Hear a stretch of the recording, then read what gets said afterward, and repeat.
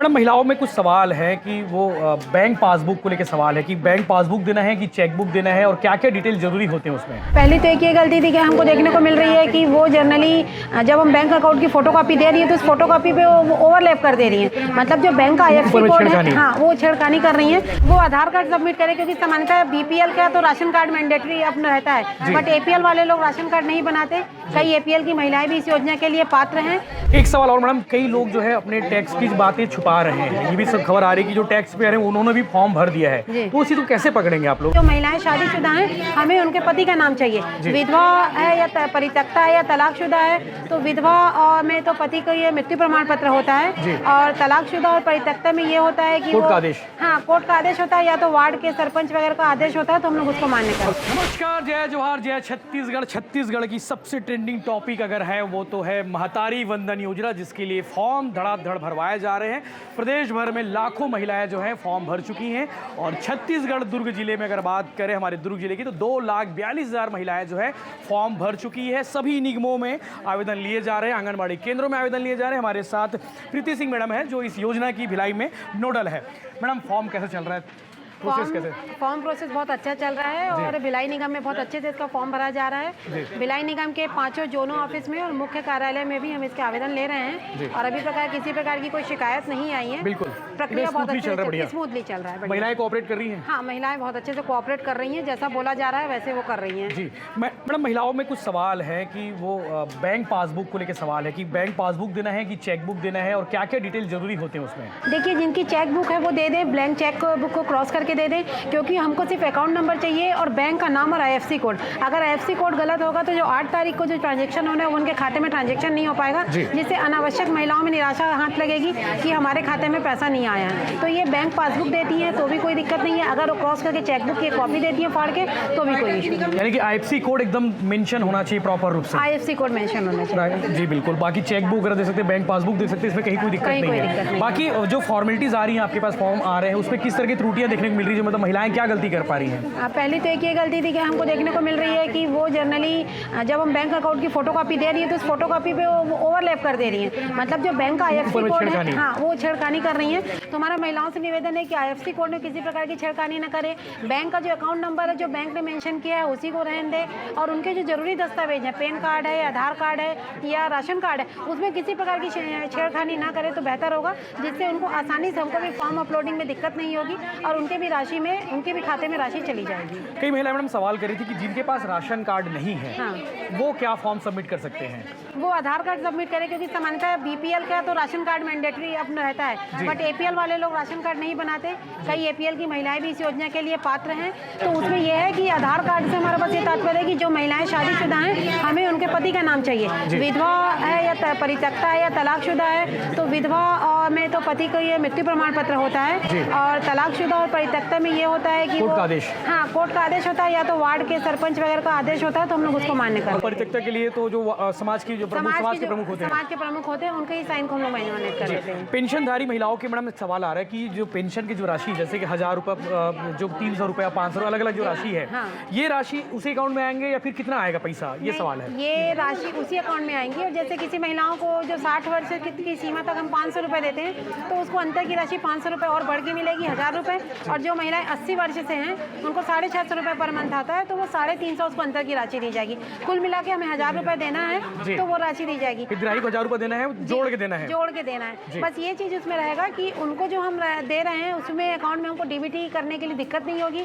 उनका account already पहले से ऑनलाइन किया जा चुका है, तो कहीं कोई प्रॉब्लम नहीं होगी, उनके खाते में पैसे आसानी से जाएंगे। बिल्कुल। एक सवाल और मैडम, कई लोग जो है अपने टैक्स की बातें छुपा रहे हैं। ये भी सब खबर आ रही है कि जो टैक्स पेयर है उन्होंने भी फॉर्म भर दिया है, तो उसी को कैसे पकड़ेंगे आप लोग और उनको क्या, किन बातों को ध्यान रखना चाहिए? देखिए, हम पैन कार्ड दे रहे हैं, मांग रहे हैं। पैन कार्ड से तो जो व्यक्ति इनकम टैक्स पेई है, अगर हम क्रॉस चेक करना चाहे तो कर लेंगे, पर ये इस प्रक्रिया में अभी नहीं जा रहे हैं, क्योंकि हमारा मेन उद्देश्य है कि ऑनलाइन एंट्री करा के और 8 तारीख तक खाते में पैसा डालना है। अगर कहीं से शिकायत आती है, 16 तारीख को हमारा दावा आपत्ति का काम है, 16 तारीख से स्टार्ट है, जो 20 तारीख तक आज 12 फरवरी है। आज 12 फरवरी है, तो दावा आपत्ति जब होगी तो उस दावा आपत्ति में कोई मतलब आपत्ति लगाता है कि ये महिला इनकम टैक्स टैक्स पे ही है, तो इसे यह राशि नहीं मिलनी चाहिए। महतारी वंदन ने जब आपत्ति आती है तो हम उसका निराकरण करके उसको फॉर्म को विलोपित कर देंगे। बाकी सरकारी अधिकारी कर्मचारी की पत्नियां तो फॉर्म के लिए एलिजिबल है ही नहीं। नहीं है, जो भी इसमें चतुर्थ श्रेणी का जो कर्मचारी है सिर्फ वही बस एम्प्लॉय है। बाकी तृतीय श्रेणी से लेकर कोई भी अधिकारी कर्मचारी पेंशन भोगी केंद्र या राज्य सेवा में किसी भी पद में कार्यरत है वो किसी प्रकार का इस योजना का लाभ का पात्र नहीं है। बिल्कुल मैडम, भिलाई निगम क्षेत्र में टोटल कितने फॉर्म आ चुके हैं और कितने अभी टारगेट है आप लोग का? अभी तक हम लोग के पास 45,000 के आसपास फॉर्म परियोजना ऑफिस से लेके इकट्ठे हो चुके हैं और हमारा टोटल 1,25,000 जो हमने ओवरऑल पॉपुलेशन का 19% एज्यूम करके रखा है, तो हम लोग को जो टारगेट मिला 1,25,000 भिलाई निगम से आवेदन और महिलाओं के आने की ये हमने एक अनुमान लगाया है। इसके लिए और कुछ तारीख वारीख बढ़ने की संभावना है? कुछ महिलाएं सवाल कर रही है कि भैया 20 तारीख तक तो अभी फॉर्म है और उसको सरकार बढ़ा देगी, आप लोग के पास कुछ सुबुगाहट? देखिए, ये निरंतर चलने वाली प्रक्रिया है। ये लास्ट डेट यहाँ पे कहीं पे मेंशन नहीं है कि ये मतलब लास्ट डेट हो गया तो 20 तारीख के बाद। ये निरंतर चलने वाली प्रक्रिया, जैसे राशन कार्ड निरंतर चल रहा है वैसे ये भी निरंतर चलेगी। 20 तारीख को ये है कि हम फर्स्ट फेज का अपना दावा पत्ती बुला रहे हैं, उसको क्लियर करेंगे और 8 मार्च को चूंकि अंतर्राष्ट्रीय महिला दिवस है तो अंतर्राष्ट्रीय महिला दिवस के दिन महिलाओं को सशक्तिकरण की दिशा में प्रयास किया जा रहा है कि उनको आत्मस्वावलंबी बनाने की दिशा से 1,000 उनकी राशि खाते में अंतरित की जाए। 8 मार्च के बाद ये प्रक्रिया स्मूथ चलती रहेगी। फर्स्ट फेज का होने के बाद ये सेकंड फेज की प्रक्रिया, तो महिलाओं को किसी प्रकार की जल्दबाजी करने की जरूरत नहीं है। जो महिला इसे अभी पात्र नहीं हो पाएंगी या किसी कारणवश उनका ऑनलाइन नहीं हो पाता है दूसरे फेज में शामिल हो, यानी कि अभी 20 तारीख तक जो फॉर्म सबमिट करेंगी वो उनको 8 मार्च तक पैसा मिल जाएगा। ये है जी। बाकी और कोई कंफ्यूजन मैडम महिलाओं की ओर से आपके पास आ रहे हो सवाल जो दूर करना चाहिए आपको?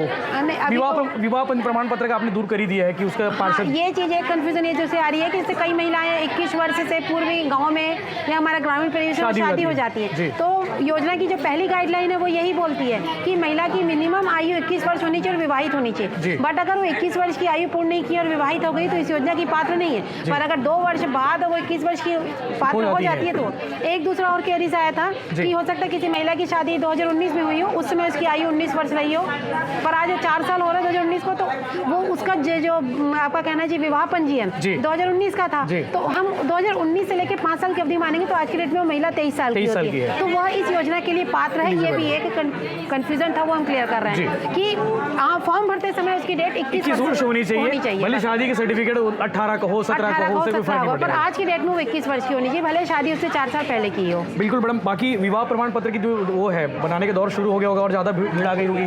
विवाह प्रमाण पत्र के लिए उसमें हमने कोई प्रेशराइज नहीं किया। पहले इसके लिए महिलाएं काफ़ी परेशान हो रही थी, तो हमने बोला कि आप अपने वार्ड के पार्षद से या सरपंच से साइन करा के आप हमको दे दीजिए, और अगर वहाँ पे भी आपको प्रॉब्लम आती है तो हमने एक प्रमाण पत्र का आवेदन दिया हुआ है। उस प्रारूप में वो स्व घोषित कर सकती है कि मैं महिला हूँ और विवाहित हूँ और मेरी आयु 21 वर्ष से अधिक है, तो इस योजना को लाभ ले सकती है। एक आखिरी सवाल मैडम, ऑनलाइन फॉर्म को लेकर यही सवाल कर रहे हैं कि भैया ऑनलाइन फॉर्म भरना है, घर बैठे बैठे फॉर्म करना है, तो वो प्रोसेस भी चल रहा है? हाँ, चल रहा है। वो अपने स्वयं के मोबाइल से ऑनलाइन फॉर्म को आवेदन कर सकती है। कुछ महिलाएं ऐसी है, टोटल भिलाई निगम में अभी तक हमारे पास 17,000 के आसपास जो आवेदन ऐसे हैं कि महिलाओं ने खुद अपने मोबाइल से या किसी चॉइस सेंटर के माध्यम से किया हुआ है, तो उनके मन में क्वेरीज आ रही है कि हम आवेदन जमा करें कि नहीं करें। तो वो आवेदन उनका ऑनलाइन है, वो किसी भी परियोजना कार्यालय में या आंगनबाड़ी में या जोन ऑफिस में जाके जमा कर सकती हैं। बस उसके ऊपर हमारे द्वारा ये टैग लगा दिया जाता है कि इनके द्वारा फॉर्म को ऑनलाइन कर लिया गया है, तो वो प्रक्रिया से हमारी मुक्ति। बाकी ऑनलाइन स्वयं करने में कहीं कोई इशू नहीं। ये भी आ रहे कि ऑनलाइन फॉर्म भर रहे हैं उसके बाद यहाँ पे ऑफलाइन भी भरने आ रहे हैं, तो वो क्या फॉर्म वो ऑनलाइन उनको नहीं भरना है, वो जो ऑनलाइन अपना प्रिंट निकाल के वो दस्तावेज को यहाँ सबमिट करेंगे ताकि हम उसका जो वेरिफिकेशन करना है दस्तावेजों का वो हम कर सकें। बिल्कुल, थैंक यू मैम। प्रीति सिंह थी जिन्हें हमने सुना, नोडल अधिकारी हैं, उन्होंने एक एक चीज को क्लियर कर दिया। और कोई कंफ्यूजन तो नहीं रहता मैडम? अभी तो कोई कंफ्यूजन नहीं है। कंफ्यूजन आएगा तो हम उसको दूर भी कर देंगे। बिल्कुल बिल्कुल, ठीक है। तो आप, मुझे लगता है कि आपकी सारी कंफ्यूजन दूर हो गए होंगे। और कोई कंफ्यूजन है तो आप हमें कमेंट करके बता दीजिए ताकि मैडम का हम बाद में और स्पष्ट रूप से गाइडलाइन ले सके। आप बने रहिए भिलाई टाइम्स के साथ पे, चैनल को सब्सक्राइब कर लीजिए। आपके मन में सवाल होगा वो सारे सवाल आप लिख दीजिए। जय हिंद, जय जवाहर, जय छत्तीसगढ़।